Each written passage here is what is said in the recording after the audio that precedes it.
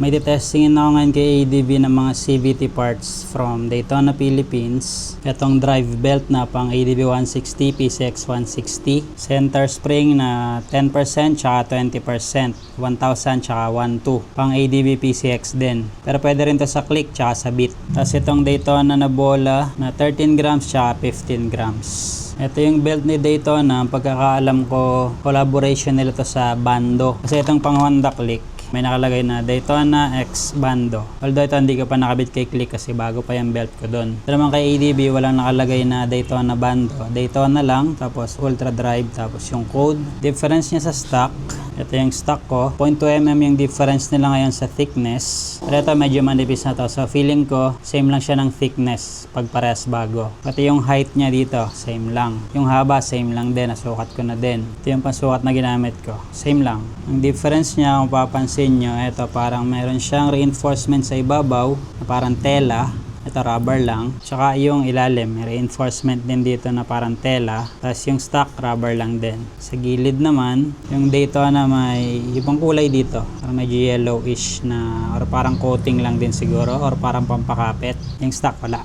Nakalagay din naman yan dito sa plastic niya. Core niya, yung pinakaloob is polyester, tapos reinforced yung both sides. Fiber compound. Lagay din dito na 20% daw yung longer life against sa genuine. 15% stronger to lateral pressure. Special groove for maximum flexibility. Tapos dito, double cog Honda K1Z. PCX 160 tsaka ADB 160. Ito naman bola na 13 tsaka 15. Actually, tested ko na yung Daytona na bola. Kasi ang current na gamit ko is Daytona na 15 grams. Tapos JVT na 13 grams. Ito yung Daytona na bola. Wala siyang kanto. Ano lang kanto, naring kanto, kaya tested ko na yung quality niya, matibay talaga to. Ito kasi yung na-request ko sa kanila, 13 grams. Kasi 15-17 yung pinadala nila sa akin nung nakaraan. Gamit ko palang pulley is K-Works na kalkal pulley set, tapos stock bushing. Orientation niya kahit saan, same lang yung cover ng kapal. Kasi ito nalagay yung magaan sa kaliwa, tapos mabigat sa kanan. 13-15.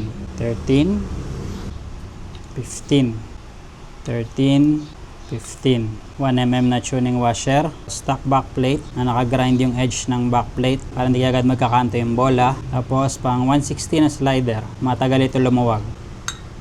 Tapat ko lang yung marker ko dito sa tuldok sa Sigunyal. Factory settings. Daytona belt, wala ding orientation, pero iyaharap ko na lang sa akin yung text. Nakaharap sa akin yung Daytona Ultra Drive. Drive face, kahit alin dito, tapat natin sa tuldok.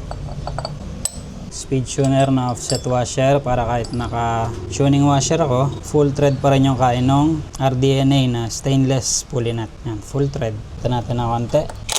Ito namang center spring nila na 1,000 tsaka 1,2. Meron siyang flag dito ng Japan, tapos SWOSCV material. 10% yung tigas niya compared sa stock. Tapos yung 1,2 is 20%. Meron din silang 1,5 na 30%. Tapos dito made in Indonesia. Yung haba niya same lang ng stock.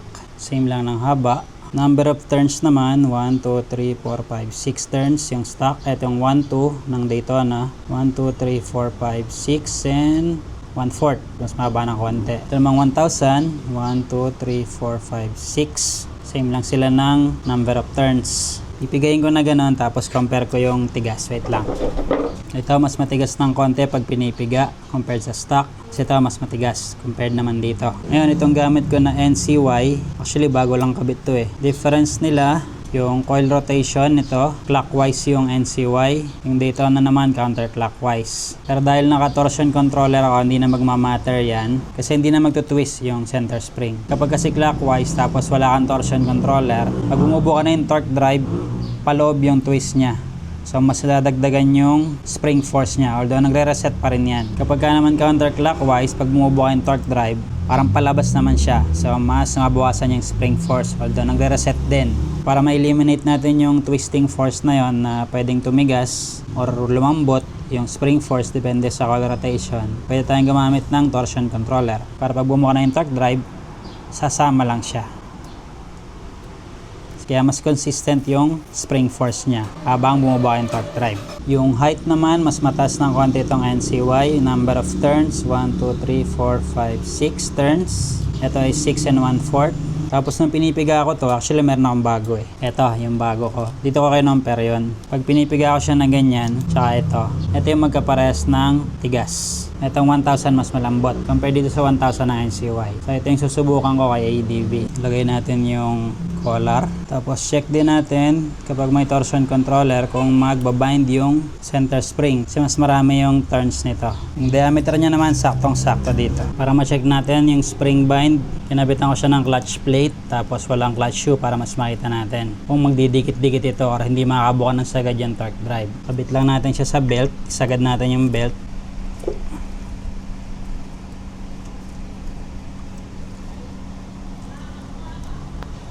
Mukhang hindi siya obra na may torsion controller. Dikit-dikit na dito. Tapos pag uminit pa yan, mas magdidikit yan. So hindi pala obra ito na may torsion controller. Yan, ito may konting gap dito. Pero yung kabila dikit-dikit na. Yung NCY naman yung testing natin sa spring bind. Pero tested ko naman to. Dito wala tong bind eh. Yan, sagad na. Yung gap ng spring meron pa. Stick na lang muna ako dito sa center spring ko. Ang testing na lang natin yung belt sa longevity. Nabit ko na yung clutch ko na Daytona Carbon and Kevlar clutch. 1,000 RPM na clutch springs. Tapos NCY 1,000 RPM center spring. Tsaka CRP torsion controller. Racing DNA 41mm torque drive nut. Torque natin ng 54 Nm. Pasok natin sa Daytona belt. Kanan piga.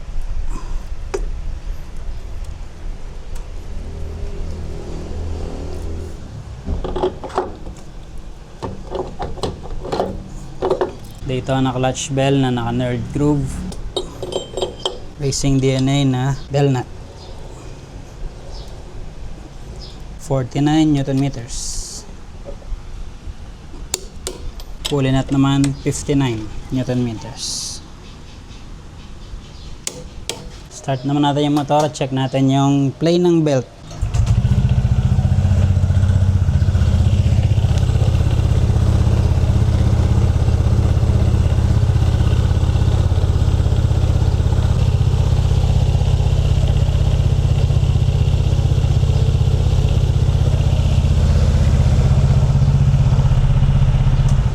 Belt tension, sakto naman. Pero mapapansin niya mapagpag siya. No? Ganun talaga pag bago yung belt. Kailangan pa natin palapatin yan. Belt position niya dito, lubog pa yan kasi nga makapal pa yung belt. Naka 1mm na yan na tuning washer. Yung isa ko mas manipis, mas angat. Kasi nakalapat na yan dito sa inclination angle ng pulley at drive face ko. Palalapatin ko muna to. So, itong 1-2 hindi nag-ubra sa setup natin kasi naka-torsion controller ako. Pero kung wala kayong torsion controller, pwede to. Hindi magbabind yan. Makakasagad ng buka yung torque drive. Itong 1,000, ito wala tong bind kahit may torsion controller kasi 6 turns din to. Kaya lang sa preference ko malambot ito. Nung pinipiga ko pa lang ito talaga yung same nung gamit ko sa preference ko. Para to sa mga naka-kalkal or aftermarket na CVT set. Pag stock yung pulley set nyo, stock lang din ang center spring. Test ride na natin to para mapalapat natin yung bago nating belt na Daytona. Yan ang i-testing natin.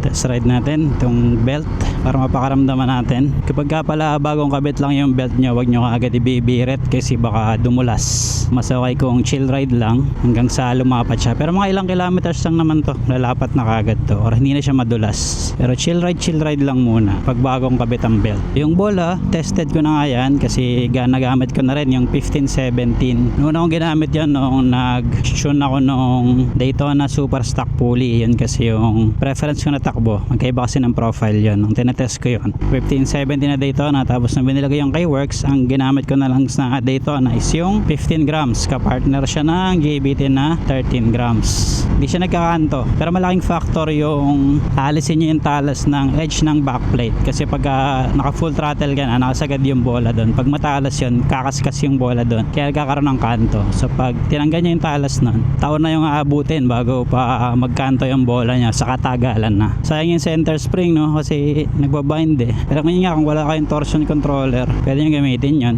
May added height kasi yung torsion controller, kaya mas naglalapit yung mga coils pagka nakabuka na yung torque drive. Pero advantage nun nga, hindi na magtutwist yung center spring nyo. Mas matagal yung lifespan nya. Center spring ko ay nabot ng 1 taon nung nag-torsion controller na ako. From dati na hindi ako gumagamit ng torsion controller, 6 months lang malata na. Mabot siya ng 1 year ngayon.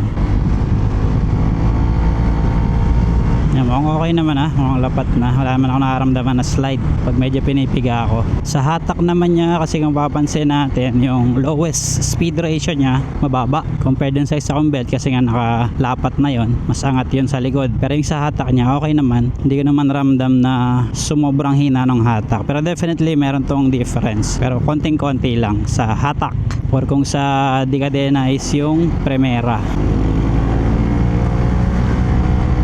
Maganda pa rin naman yung RPM niya pagka pinipiga mo. Tapos yung RPM din niya medyo bababa to ng konti kasi mas yung speed ratio natin mas mababa compared dun sa isang belt, pero okay naman yung RPM niya para sa preference ko. So pagka ito naglapat na, nagtugma na yung inclination angle nung surface ng pulley at drive face natin, lumapat na siya sa belt, nakayas na, mas gaganda na yung RPM nito or doon na talaga sa preference ko talaga na takbo.